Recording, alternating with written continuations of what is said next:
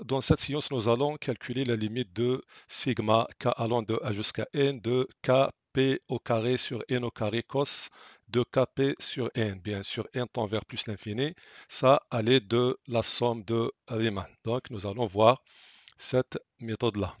Donc, qu'est-ce que la somme de Riemann? La somme de Riemann qui est Sn est égale, c'est b-a sur n, sigma k allant de a jusqu'à n, f, c'est une fonction qui est continue sur l'intervalle AB. Donc on a f de a plus b moins a fois k sur n. Ça c'est grand Sn. Donc on a deux sommes. On a grand Sn et on a petit Sn. Donc c'est la même, c'est b moins a sur n, sigma, mais k dans ce cas-là allant de 0 vers n jusqu'à n-1. C'est la même, c'est f de a plus b moins a facteur k sur n. Donc ces sommes-là sont convergentes et la limite de grand Sn quand n tend vers plus l'infini est égale la limite de petit Sn n tend vers plus l'infini est égale l'intégrale de a vers b de la fonction f. Donc la technique de Riemann, c'est de calculer la limite d'une somme à l'aide de l'intégrale. Tout simplement, on doit chercher la fonction. Donc l'astuce, c'est comment chercher la fonction f. Donc, nous allons prendre un exemple. Par exemple, si on a la somme Sn qui est sigma k allant de 1 jusqu'à n, de 1 sur n plus k. La question, c'est calculer la limite de Sn quand n tend vers plus l'infini. Donc, dans ce cas-là, nous allons écrire Sn sous forme de la somme de Riemann. Donc, Sn est égal sigma k allant de 1 jusqu'à n et on doit factoriser par n. Donc, n facteur 1 plus k sur n. Donc, une fois qu'on a 1 sur n, sigma, et on a ici une fonction de variable qui est k sur n, on doit penser à la somme de Riemann.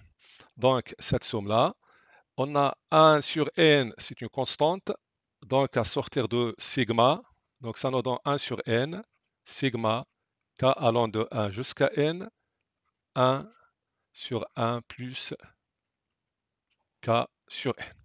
Donc, pour choisir la fonction f qui convient, toujours ou bien souvent, on doit mettre x est égal k sur n. Donc, dans ce cas-là, on pose la fonction f de x est égal à 1 sur 1 plus x. Donc, vous constatez bien que la somme Sn est égale quoi? Est égale 1 sur n. C'est quoi 1 sur n? C'est 1 moins 0 sur n, sigma k allant de 1 jusqu'à n, f de quoi? De 0 plus 1 moins 0 fois k sur n. Maintenant, nous allons s'assurer ou bien vérifier, est-ce que f de 0 plus 1 moins 0 fois k sur n, est-ce que ça c'est sigma ou bien c'est 1 sur 1 plus k sur n. Donc, 1 moins 0 c'est 1, fois k sur n c'est k sur n plus 0, donc il s'agit bien de f, donc ça c'est f de k sur n. Et puisque f de x c'est 1 sur 1 plus x, donc nous allons remplacer x par k sur n, on obtient 1 sur 1 plus k sur n. Donc il s'agit bien de ce qu'on a à l'intérieur de sigma. Donc dans ce cas-là, on a formulé la somme de Riemann. Dans ce cas-là, nous allons écrire que la limite de is n, quand n tend vers plus l'infini, donc c'est la limite de la somme de deux Riemann. Donc ça est égal à l'intégrale de la borne inférieure qui est a, donc on a 0 c'est a, de 0 vers 1, de la fonction f. Donc vous voyez bien qu'on a passé de sigma de la somme en intégrale.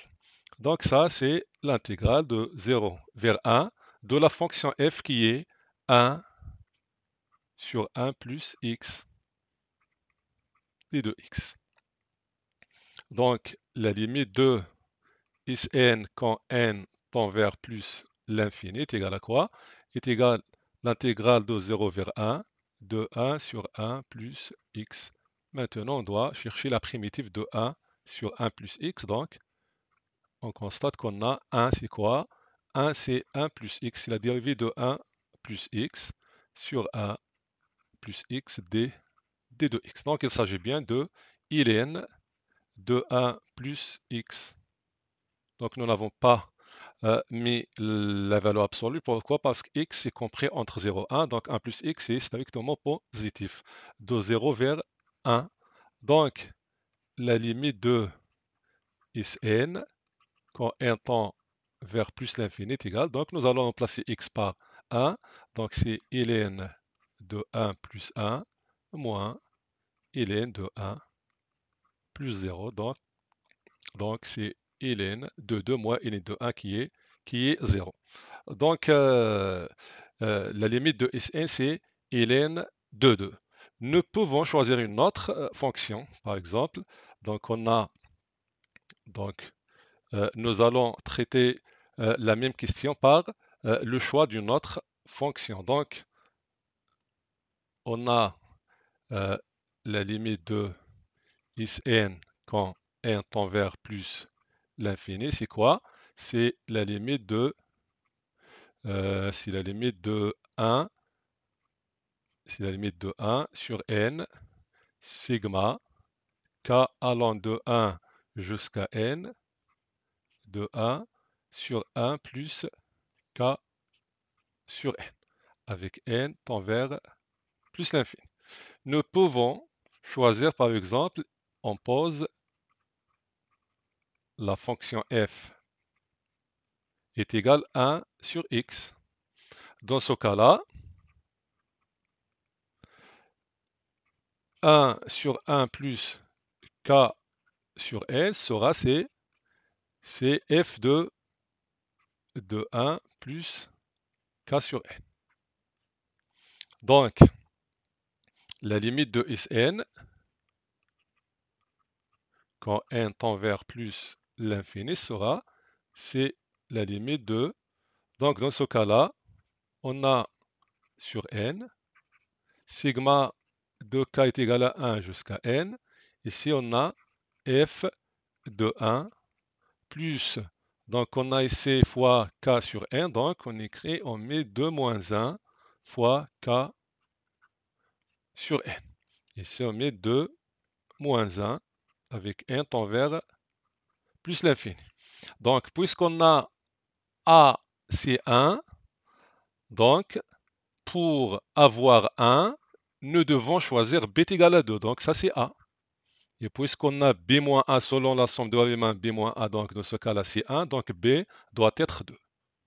Et il faut s'assurer c'est que f de 1 plus 2 moins 1 fois k sur n, c'est évidemment c'est f de 1 plus k sur n.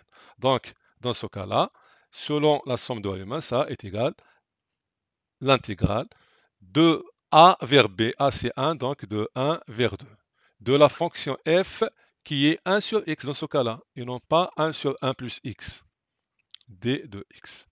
Et on constate qu'on a 1, c'est la dérivée de x, donc de 1 vers 2, la dérivée de x sur x, d de x. Donc, c'est ln de x de 1 vers 2. Donc, puisque x est strictement positif, car il est compris entre a et 2, donc ce n'est pas l'appel de mettre la symbole de la valeur absolue. Donc, est égal à ln de 2 moins ln de 1. Donc, c'est ln de 2 moins ln de 1 qui est 0. Donc, on est arrivé au même résultat. Maintenant, on passe à la question de cette science, la question qui est principale. Donc, c'est qu'on a la somme Sn est égale sigma k allant de 1 jusqu'à n, kp au carré sur n au carré. Facteur cos kp sur n. Donc, la question c'est calculer la limite de Sn. La limite de Sn quand n tend vers plus l'infini. Donc, une fois qu'on constate k sur n, il faut faire attention à la somme de Riemann. Donc, on a cos de kp sur n. Ici, on a kp au carré sur n au carré. Donc, on doit laisser c'est kp sur n. Donc, Sn est égal. Donc, nous allons faire sortir p sur n, puisque c'est une constante. K allant de 1 jusqu'à n, il ne reste qu'à p sur n fois cos kp sur n. Donc, c'est on multiplie p fois kp, c'est kp au carré. N fois n, c'est n au carré. Donc, c'est comme ça, nous pouvons choisir la fonction. Donc, posons la fonction f, c'est x fois cos de x. Donc, Sn est égal, donc on a p c'est p moins 0 sur n, k allant de 1 jusqu'à n, f, la borne inférieure a c'est 0, plus p moins 0 qui est p, fois k sur n. Et on doit s'assurer que cette quantité-là, il s'agit bien de kp sur n, cos de kp sur n. Donc, p-0 c'est p fois k sur n c'est kp sur n. Donc, f de kp sur n, c'est kp sur n. Donc, c'est, on calcule l'image de kp sur n. Donc, on va remplacer x par kp sur n fois cos de kp sur n. Donc, l'étape qui est difficile dans l'application de la somme de Riemann, c'était passé, c'est le choix de la fonction. Donc, une fois qu'on a choisi la fonction de façon qui est convenable, maintenant nous pouvons passer de sigma à l'intégrale. Donc, la limite de cette somme-là, quand n tend vers plus l'infini est égal, c'est l'intégrale de a qui est 0 vers b qui est p de la fonction f de x fois d de x. Donc, c'est l'intégrale de 0 vers p de la fonction f qui est x fois cos x d de x. Maintenant, il nous reste à exploiter les propriétés d'intégration. Donc, la limite de Sn, quand n tend vers plus l'infini, c'est l'intégrale de 0 vers p de la fonction x cos x d de x.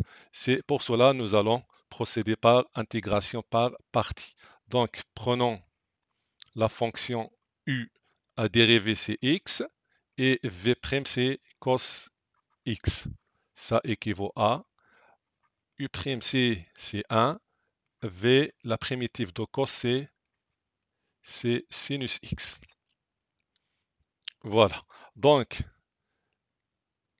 l'intégrale de 0 vers p de x cos x d de x est égale. Donc, la primitive, on a u fois v, c'est-à-dire x fois sin x de 0 vers p, moins l'intégrale de 0 vers p de 1 fois sin x. 1 fois sin x, c'est-à-dire sinus x d de x. Nous pouvons mettre plus, moins à l'intérieur de l'intégrale. Donc, ça nous donne. Donc, on a x sinus x de 0 vers p plus, donc, la primitive de moins sin x, c'est cos x de 0 vers p. Maintenant, il reste à calculer. Donc, remplaçons x par p. Donc, p fois sin de p, on sait bien que sinus de p, c'est 0. Donc, p fois sinus p moins 0 fois sin 0. Ça, tout ça, c'est 0. Pourquoi? Parce que sinus p et sinus 0 sont nuls. Plus, donc, cos de p moins cos de 0. Cos p, c'est moins 1. Cos de 0, c'est 1. Donc, moins 1, donc, est égal à moins 2. C'est comme ça, on est arrivé au calcul de la limite demandée. Donc, on a terminé cette séance. Assalamu alaikum.